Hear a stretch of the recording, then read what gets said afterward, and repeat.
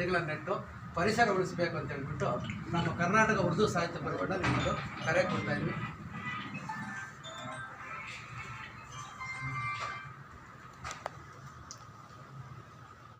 जो नबी बताए हैं वो तरीक़े को छोड़कर मुसलमान जिंदगी नहीं गुजारते। नबी सल्लल्लाहु अलैहि वसल्लम की ज़िंदगी में अल्हम्दुलिल्लाह नबी सल्लल्लाहु अलैहि वसल्लम ने उम्मत को वो सबक दिया जो पहले किसी ने नहीं दिया, उम्मत को वो सिखाया जो पहले किसी ने नहीं सिखाया। यहाँ आप हजरत समझ लो, इंसानों को इंसान बनाए, इंसानों को इंसान बनाए हमारे नबी, इंसानों को जीने का तरीका सिखाया, इंसानों को इंसान पीर के दिन 12 रबीउल अव्वल आता, आज अल्हम्दुलिल्लाह 12 रबीउल अव्वल आता है। अब नबी सल्लल्लाहु अलैहि वसल्लम की ज़िंदगी, नबी सल्लल्लाहु अलैहि वसल्लम की सीरत से मुझे और आपको क्या सबक लेना है, क्या सबक हासिल करना। इसमें सबक हासिल करने के लिए नबी सल्लल्लाहु अलैहि वसल्लम की ज़िंदगी, नबी सल्लल्लाहु अलैहि वसल्लम की बरकत, नबी सल्लल्लाहु अलैहि वसल्लम की अज़मत के बेशुमार वाक़ियात, बेशुमार सीरत नबी सल्लल्लाहु अलैहि वसल्लम की ज़िंदगी की भरी हुई है। अब इस ज़िंदगी में नबी सल्लल्लाहु अलैहि वसल्लम की इस प्यारी ज़िंदगी में हम लोगों को जो सीरत लेना है, उससे जो सबक लेना है, एक पहलू है। ಇದು ಪ್ರವಾದಿ ಮೊಹಮ್ಮದರ ಜನ್ಮದಿವಸ। ನಾವು ಪುಸ್ತಕಗಳಲ್ಲಿ ಪಾಠ ಮಾಡ್ತೀವಲ್ಲ, ಆ ಜನ್ಮದಿನ ಪವಿತ್ರವಾದ ದಿವಸ, ಶ್ರೇಷ್ಠವಾದ ದಿವಸ। ಎಲ್ಲ ಸೇರಿ ಯಾವುದೇ ಭೇದ ಭಾವ ಇಲ್ಲ, ಮುಸ್ಲಿಮ್ ಆಗಲಿ ಹಿಂದೂಗಳು, ನೀವು ಮುಸ್ಲಿಮರು ಆಚರಣೆ ಮಾಡ್ತೀವಿ। ಇಂದು ದಿವಸ ಕುರಾನನ್ನು ಪಠನೆ ಮಾಡ್ತಾರೆ, ದಾನ ಧರ್ಮ ಮಾಡ್ತಾರೆ। ಎಲ್ಲ ಸ್ನೇಹಿತರು ಎಲ್ಲರೂ ಸೇರಿಕೊಂಡು ಹಬ್ಬವನ್ನು ಆಚರಣೆ ಮಾಡಿ ಖುಷಿಯಿಂದ ಇರೋದೇ ಈ ಹಬ್ಬದ ಒಂದು ಮಹತ್ವ। ಈ ಮಹತ್ವದ ಬಗ್ಗೆ ಹೇಳೋದಕ್ಕೆ ನಮಗೆ ನಾಜಿರ್ ಅವರು ಹೇಳಿದ್ರು। ನಾಜಿರ್ ಅವರು ಈ ಒಂದು ಕರ್ನಾಟಕ ಉರ್ದು ಸಾಹಿತ್ಯ ಪರಿಷತ್ತು ಸುಮಾರು 10 ವರ್ಷದಿಂದ ಮಾಡ್ತಾ ಇದ್ದಾರೆ। ನಮ್ಮನ್ನೆಲ್ಲ ಒಂದುಗೂಡಿಸ್ಕೊಂಡು ಅವರು ಬಡಬಗ್ಗರಿಗೆ ಒಂದು ಜಾಮಿಟ್ರಿ ಕೊಡೋದು, ಒಂದು ಪಾಠ ಕಲಿಸೋದು, ಕವಿಗೋಷ್ಠಿಗಳು ಮಾಡೋದು, ಗಿಡ ನೆಡುವಂಥ ಕಾರ್ಯಕ್ರಮ ಮಾಡೋದು, ಈ ರೀತಿ ಒಂದು ಚರ್ಚೆಗಳನ್ನು ಇಡೋದು ಮತ್ತು ಕವಿಗೋಷ್ಠಿಗಳ ಮುಖಾಂತರ ಕನ್ನಡ ಮತ್ತು ಉರ್ದು ಎರಡೂ ಸೇರಿ ಮಾಡಿ ಸುಮಾರು ಕಾರ್ಯಕ್ರಮ ಮಾಡ್ತಾ ಇದ್ದಾರೆ। ಈ ರೀತಿ ಮಾಡ್ಕೊಂಡಾದ್ರೆ ನಾವೆಲ್ಲ ಕೂಡ ಸುಖ ಸಂತೋಷದಿಂದ ಇರ್ತೀವಿ। ಈ ಒಂದು ಪ್ರವಾದ್ ಮೊಹಮ್ಮದರ ಜನ್ಮದಿನ ಆಚರಣೆ ಮಾಡೋದಕ್ಕೆ ಒಂದು ಅರ್ಥ ಇರುತ್ತೆ। ಇಂಥವ್ರ ಹತ್ರ ಒಂದು ಭಾಷಣ ಕೊಡಿಸೋದು, ಅದ್ರ ಬಗ್ಗೆ ತಿಳಿವು ನೀಡುವಂಥ ಕಾರ್ಯಕ್ರಮಗಳನ್ನು ನಡೀತಾ ಇದ್ರೆ ಇಡೀ ದೇಶದ ಶಾಂತಿ ನೆಲೆಸುತ್ತೆ। देखी किताबे इश्क की औराक खोलकर, देखी किताबे इश्क के औराक खोलकर, अव्वल भी नाम आपका और आखिर भी नाम आपका सल्लल्लाहु अलैहि वसल्लम। मुश्किल थे रास्ते आसान हो गए, मुश्किल थे रास्ते आसान हो गए, दुश्मन ये देखकर हैरान हो गए। मुश्किल थे रास्ते आसान हो गए, दुश्मन ये देखकर हैरान हो गए। रखा मेरे नबी ने दुनिया में जब कदम, पत्थर भी कलमा पढ़कर मुसलमान हो गए। ये हमारे नबी की शान है। उनके शान में मैं कुछ अशार पेश करना चाहता हूँ, समाज फरमाएं।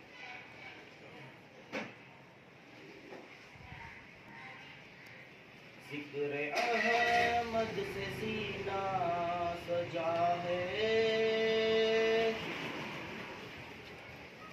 जिक्र अहमद से सीना सजा है, इश्क है ये तमाशा नहीं है।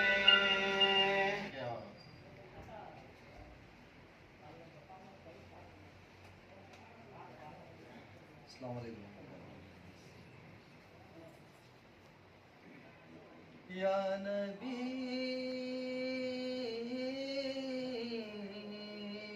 या नबी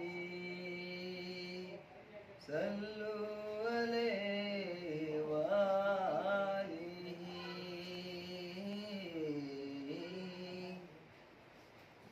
तू कुजा मन कुजा, तू कुजा मन कुजा, तू कुजा मन कुजा, तू कुजा मन कुजा। तू अमीरे हरम मैं फ़कीरे अजम, तू अमीरे हरम मैं फ़कीरे अजम। तेरे गुण और ये लब मैं तलब ही तलब, तेरे गुण। माशाअल्लाह आज 12 रबीउल अव्वल पीर का दिन है। आज हमारे नबी हज़रत मोहम्मद मुस्तफ़ा सल्लल्लाहु अलैहि वसल्लम की विलादत का दिन है। इसी मौके पर उर्दू साहित्य परिषद के ज़िम्मेदार जनाब नासिर साहब और इनके ज़िम्मेदार साथी एक प्रोग्राम मुनाकिद किए थे। ये प्रोग्राम मुनाकिद करने का मकसद नबी की ज़िंदगी, नबी की सीरत से लोगों को समझाया जाए कि नबी किस तरह ज़िंदगी गुजारे हैं। नबी इंसानियत का पैगाम दिए, इसी इंसानियत के पैगाम को हम अपनी ज़िंदगी में कैसे लेकर आए, बग़ैर किसी भेदभाव के और बग़ैर किसी दूसरी चीज़ों के, कि नबी सल्लल्लाहु अलैहि वसल्लम सीरत का मकसद ही नबी के अखलाक हमारी ज़िंदगी में आ जाए। इसके ताल्लुक़ से अल्हम्दुलिल्लाह नौजवानों में बात हुई और नौजवान भी इरादा किए कि इंशाअल्लाह आज से हम नबी की ज़िंदगी के मुताबिक ज़िंदगी गुजारेंगे। अस्सलामु अलैकुम वरहमतुल्लाह। मेहनत करें, बहुत मेहनत करके इस प्रोग्राम को कामयाब करने की कोशिश करें। इंशाल्लाह कामयाब हुआ है। मैं यहाँ पर जो मजमा बैठा है इनके तरफ से और मेरे तरफ से आप तमाम का मैं तहे दिल से मैं शुक्रिया अदा करता हूँ। और अभी इस प्रोग्राम को ख़त्म करेंगे इंशाल्लाह।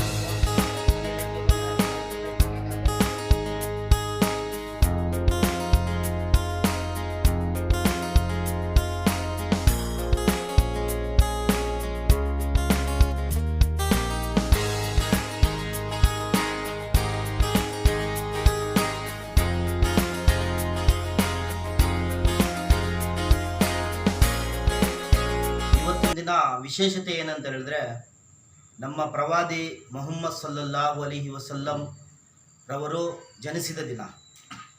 ಇಂದಿನ ದಿನ ಇವತ್ತು ಉರ್ದು ಸಾಹಿತ್ಯ ಪರಿಷತ್ ಗುಡಿಬಂಡೆ ವತಿಯಿಂದ ಒಂದು ಉರ್ದು ಕವಿಗೋಷ್ಠಿ, ಅದರಲ್ಲಿ ಪ್ರಾಮುಖ್ಯತೆಯಾಗಿ ಕುರಾನ್ ಪಠಣ ಮತ್ತು ನಾತೆ ಶರೀಫ್ ಅಂದರೆ ಪ್ರವಾದಿಗಳ ಬಗ್ಗೆ ಕವಿಗೋಷ್ಠಿಯಲ್ಲಿ ಹೇಳೋದನ್ನು ಇವತ್ತು ಕಾರ್ಯಕ್ರಮವನ್ನು ಹಮ್ಮಿಕೊಂಡಿದ್ದು, ಇದರಲ್ಲಿ ಅಧ್ಯಕ್ಷರಾದ ನಾಸಿರ್ ರವರು ಪಾಲ್ಗೊಂಡು ಇದರ ವಿಶೇಷತೆ ಏನು ಎಲ್ರಿಗೂ ಆಹ್ವಾನಿಸಿ ಅವರಿಗೆ ಇಲ್ಲಿ ಬಹುಮಾನ ವಿತರಣಾ ಕಾರ್ಯಕ್ರಮವನ್ನು ಸಹ ಮಾಡಿದ್ದಾರೆ. ಮತ್ತು ಇದರಲ್ಲಿ ವಿಶೇಷತೆಯಾಗಿ ಜಾಮಿಯಾ ಮಸೀದಿ ಇಮಾಮ್ ಸಾಬ್ ಆದಂತಹ ಮುಫ್ತಿ ಆಸಿಫುಲ್ಲಾ ಖಾನ್ ಸಾಬ್ರವರು ಹಿತನುಡಿಗಳನ್ನು ಪ್ರವಾದಿ ಪೈಗಂಬರ್ರವರ ಜೀವನ ಯಾವ ಥರ ಇತ್ತು ಮತ್ತು ಅವರ ಗುಣಗಳು ಮೌಲ್ಯಗಳು ಯಾವ ಥರ ಇದ್ದವು ಅಂತ ಅವರು ನಮಗೆ ತಿಳಿಸ್ಕೊಟ್ಟಿದ್ದಾರೆ. ಅದಕ್ಕೆ ಅವರಿಗೆ ಧನ್ಯವಾದಗಳನ್ನು ತಿಳಿಸೋದಕ್ಕೆ ಇಷ್ಟಪಡ್ತೀನಿ. ಮತ್ತು ನಾವು ಸಹೋದರರಾಗಿ ಬಾಳಬೇಕು.